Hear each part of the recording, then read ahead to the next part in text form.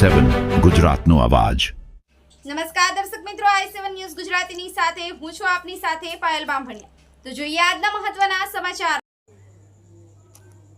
સાબરકાંઠા જિલ્લા કલેક્ટર સહિત સમગ્ર વહીવટીતંત્ર દ્વારા ખેડબ્રહ્મા ખાતે માંબાની ધજા ચડાવી આશીર્વાદ લીધા। ભાદરવી પૂનમના દિવસે સાબરકાંઠા જિલ્લા કલેક્ટર શ્રી લલિત નારાયણસિંહ સાધુએ ખેડબ્રહ્મા પ્રાંત અધિકારી શ્રી નિમેશજી પટેલ તથા સમગ્ર પ્રાંત કચેરીનો સ્ટાફ ધજા ચડાવવા માટે જોડાયો હતો। વરસતા વરસાદમાં જિલ્લા કલેક્ટર શ્રીની સાથે જિલ્લાનો સમગ્ર વહીવટી સ્ટાફ પણ જોડાયો હતો અને સમગ્ર સાબરકાંઠા જિલ્લાની સુખાકારી માટે મા અંબે પાસે આશીર્વાદ માંગ્યા હતા। Bureau chief Hasmukh Prajapati, i7 news Gujarati, Sabarkantha.